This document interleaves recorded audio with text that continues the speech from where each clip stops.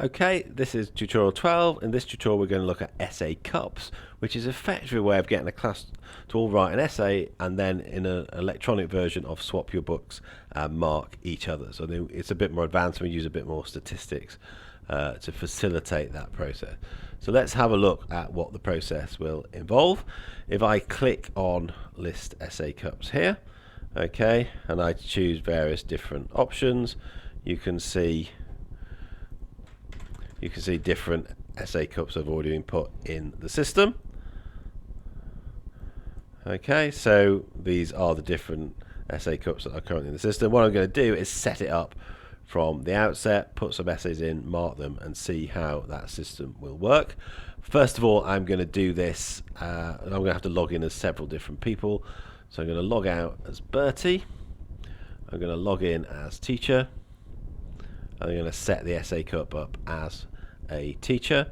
Okay, so if I list the essay cups there, you'll notice there's already one in here with a Shakespearean sonnet. Okay, so what I'm going to do is do a similar thing like that, but we'll see how we can set the essay cup up. Okay, so the essay title is Shakespeare. The task is write a Shakespearean style sonnet, keywords 40, poetry, sonnet, whatever, you can put your keywords in so people can find it. And we're going to have to do this by today's date, which happens to be the 14th of February, and we're going to have a submission deadline which is going to be 10:35.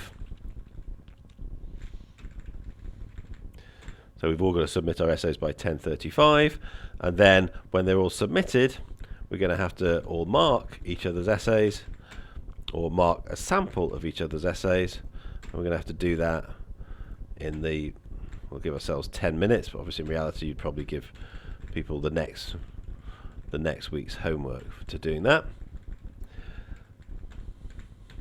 And then we'll put a word limit of 1,000 in, because we don't want people to write in too long, but that's not going to be relevant for a sort of normal size sonnet. So we submit that. Okay, if I now click list essay cups, we will see, if we go down to the bottom, okay, we'll see the new one we've put in. You can see there's already one in there which looks a bit similar, which is why we have the keywords, okay, so we can actually search for the particular one we need. And also what you'll notice now is you've got these three buttons here. So having just set up this one, we can then invite people to this particular competition. So we've got Essay Cup ID 21 here, owner 15. So if we click the right invitation, you'll notice we get the invite to Essay Cup 21, or you could tweet the invite out. If it's a job interview you found and you think somebody might be interested in, you could just tweet that out in that way. The other thing we could do, as the person who set up this essay cup, we can click that and we can edit any of the particular details we want to edit. And we can also submit an essay at this point, which is obviously the whole point of it. But since we are setting it up, we're perhaps in the role of the teacher here, or the company doing its recruitment. We don't want to actually submit an essay, but we're going to log in as other people and submit an essay. So let's log out as the teacher and log in as somebody else. Obviously that's a synthetic individual. So now I'm going to list essay cups, and I'm going to find the one I'm interested in. Okay, for a start, I might not be interested in the one that has already finished, or the ones that are the ranking stages. I just want the live ones where I can actually submit my essay. So that reduces it to just 3. Okay, and then I could reduce it, think, well, you know, I'm only interested in the ones on Shakespeare. So I'm going to put Shakespeare in there. Click again, and having misspelt it, I don't get any. Click again, and I've just got these two now. And hopefully at this point, there's enough information there for me to realize which one I want, or I've just had the direct invite to number 21. So this is the one I want. Okay, nobody's entered it yet. The other one, 2 people have entered. Okay, and there's only 2 minutes 40 left on that. So I want to now submit essay. Okay, because I want to actually enter the competition or enter the essay cup. Okay, so for our purposes, I'm not going to actually write the whole thing out. What I'm going to do is just find sonnet number 1, and I'm going to copy and paste it in. Obviously, always be well, I'm just doing this for illustrative purposes, but always be careful with copyright, with that kind of thing. Click Submit Essay, and there you go. So if I refresh that by clicking List Essay Cups, you can see there's now 1 essay in the system, and that's the one Albert's just put in. So let's just log in as somebody else to just show how easy that process is. So Bertie, he logs into the system. Click List Essay Cups. There we go. This is the one we want. Submit essay. So we'll do essay 2 or sonnet 2.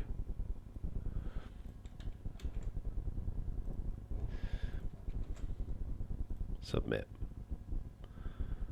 So I will put another 3 of those in just so we can see how the rest of the system works, and but I won't sort of record all that because it would just be too annoying. So I will do that, and when I start again, we'll see the next stage of the system. Okay, so now we're going to mark these essays. So I'm going to log in as Albert first of all,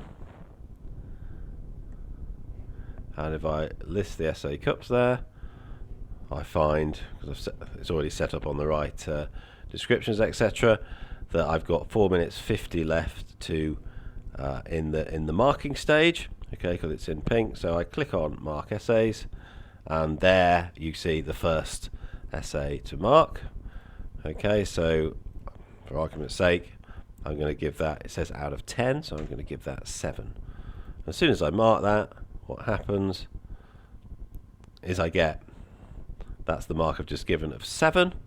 Okay, and now I see this one, and I think perhaps that's a better essay, so I'm going to give that 9. Now I've marked 2. Okay, third one comes up. I can mark as many as I want. Now, as a teacher, you might specify mark 3 each, or mark 2 each, or mark 5 each, or whatever.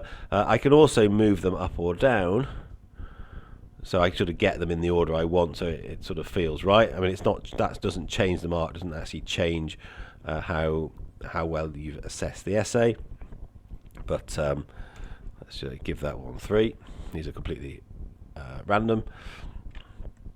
And then I've now got 4 essays I've marked in the system, and I can mark as many more or as many fewer as I want. So what I'm going to do is do that for the other people, and then we can see how the whole thing is assessed at the end.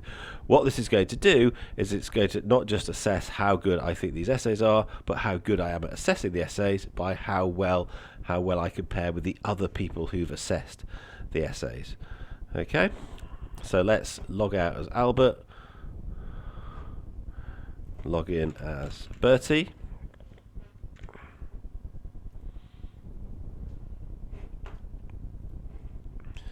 list essay cups, and again go into the marking mode.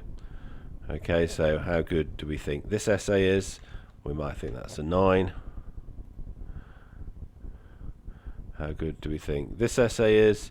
Okay, we might think that's a 4. Okay, so Bertie, for argument's sake, is just going to mark a couple of them, and I'll stop the tape and go through and mark the others, and then we can look at how this thing will actually look at the end.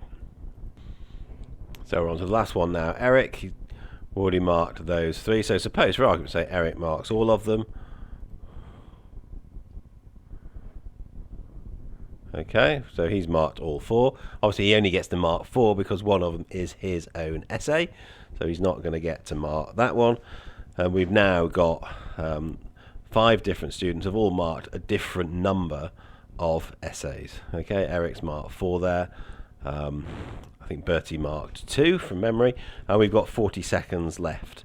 Okay, we could still write an invitation, but the person we invited would only get 30 seconds and would only get the marking stage. It wouldn't actually get the essay writing stage. There's not a lot of point in that, but facility is still there. Okay.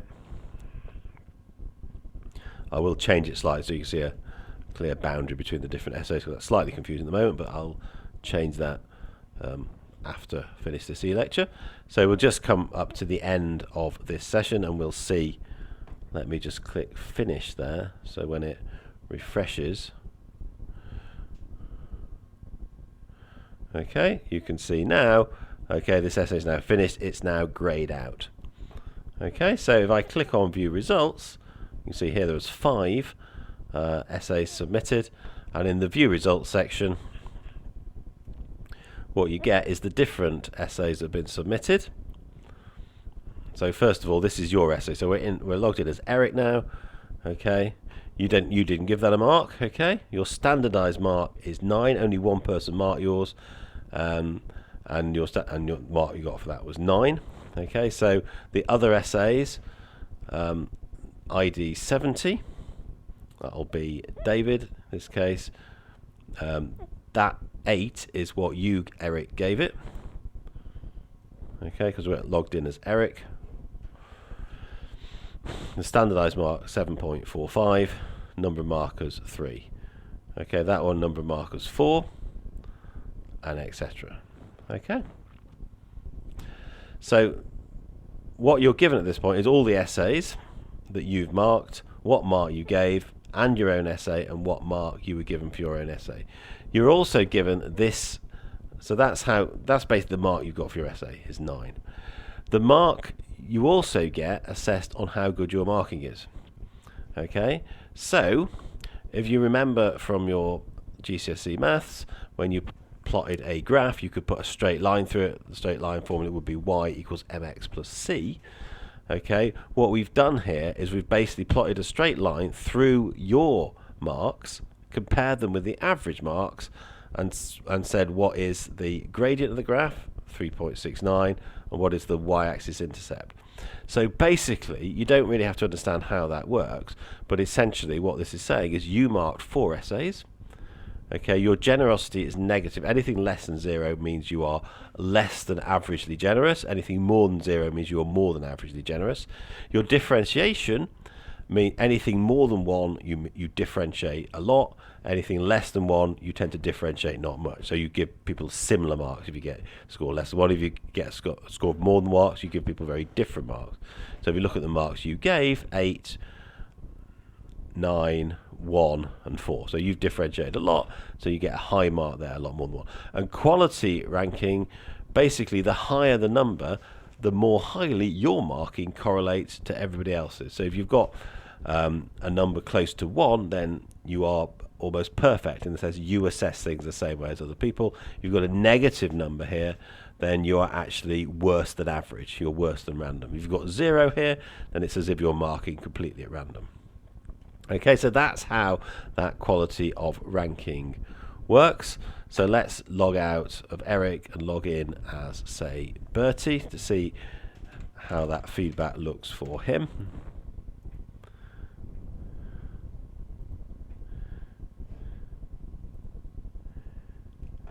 Okay, you can see now it's somewhat different. He only marked 2 essays, so he only sees the one he marked here.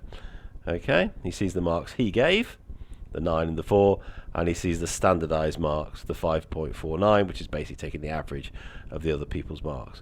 He also sees how many people marked his, which is 4, and what the standardized mark are for his essay. So he's not done as well as Eric.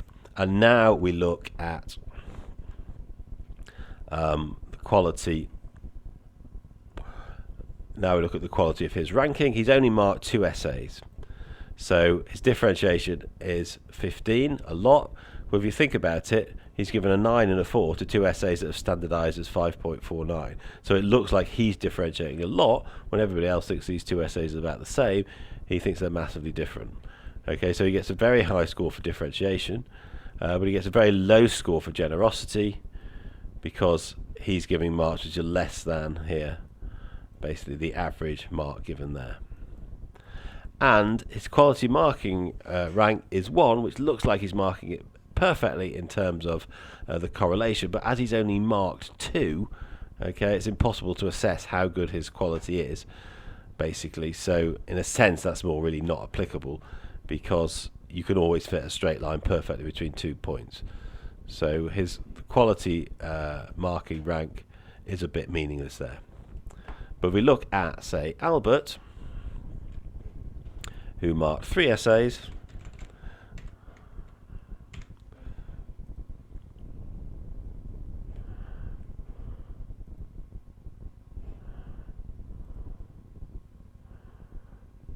okay, so here's the three essays he marked. He gave 9 for one that got a standardised mark of 9, 7 for one that got a standard mark of 7.45, and 3 for one that got a standardised mark of 6.73. So you can see for him, differentiating quite a lot. Generosity is still negative, but quality of marking, quite good. Okay, he's given marks which are in the same order as the standardised mark, so his quality of marking is quite a decent correlation. Okay, so that's really a correlation, effectively. So it's between -1 and 1.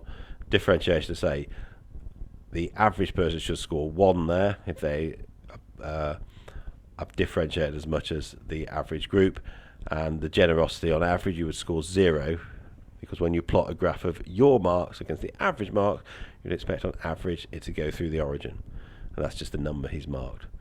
But this is really, as long as this is more than 2, then this tells you how good they are at marking. Okay, so really, how well, if you're asking the question, how well has Albert done? Okay, well, his standard mark is 5.49 for his essay, so not brilliant compared to some of the others, but his quality of marking, as long as he's marked at least 3 here, you can assess his quality of marking, which here is, significantly positively correlated, so pretty good. Okay, so quite good at marking, not so good at writing the essay. That's how you would interpret that. Let's just look finally at how this is going to appear from the teacher perspective. Okay, teacher, remember, didn't write an essay, but he set up the essay cup. Okay, so you get non-submitted there, because you can submit an essay for your own essay cup, but in this case you didn't. In this case, though, you have no mark given for each of these cases because you didn't submit an essay, but you are shown what all the essays are because it's your essay cup and you need to see it. So you can see what the standardised marks given in each case, which is basically just the average of people's different marks scaled according to their generosity. And then you also see the quality of ranking for everybody. Okay, so you can see who are the generous and less generous people. You can see who did the good marking. So marker ID 5, okay, which you would have in your mark book to know who that is, very negative. Okay, for 3 and 6 they've only marked 2 essays each, so their 1 is effectively meaningless. For 5 really seems to be completely the opposite of the consensus of opinion. 7 very consistent with the consensus of opinion. 4 fairly consistent with the consensus of opinion. And then you can see the differentiation here as well, so quite a lot of differentiation for number 7. Suggests quite a lot of confidence in their own ability. Of the differentiation's high, and they've marked quite a lot of essays. So you're looking at probably so on the basis of those statistics, you're probably looking at your best student there. A high coefficient there, lots of differentiation, and 4 essays marked, so that's looking pretty good. But you've got the information to make the decision yourself about how good that is. Okay, and obviously you've also got the information about what the standardized marks are there. So you can assess quite a lot about your students, how good they are at interpreting other people's essays, how good they are at writing essays, and all of that without actually doing any marking yourself. Obviously then, it doesn't do any harm to sort of think, well, this has got the best mark, is that actually the best essay? Obviously it's Shakespeare, so it's going to be pretty good. This has got the worst mark, so is that the worst essay? Well, in this case, it's probably going to be quite good as well because it's also Shakespeare. So there you go. But you can see what's going on, so you can keep tabs of it. You can check that the system is basically working and producing reasonable results. But you can automate the marking, and this has the great advantage as well as as soon as the students have done this process of marking each other, they're going to get instant feedback on how good their marking is, how well they're interpreting other people's work, and also how good their work is. So compared to teacher handing back essays 3 weeks later, it should be a reasonable improvement. I certainly wouldn't want to be a situation where a teacher never looked at the student's work, but you can see, obviously you can quickly have a scan through, pick a sample out and think, is this system working or not? Okay, so that is how the essay cut works.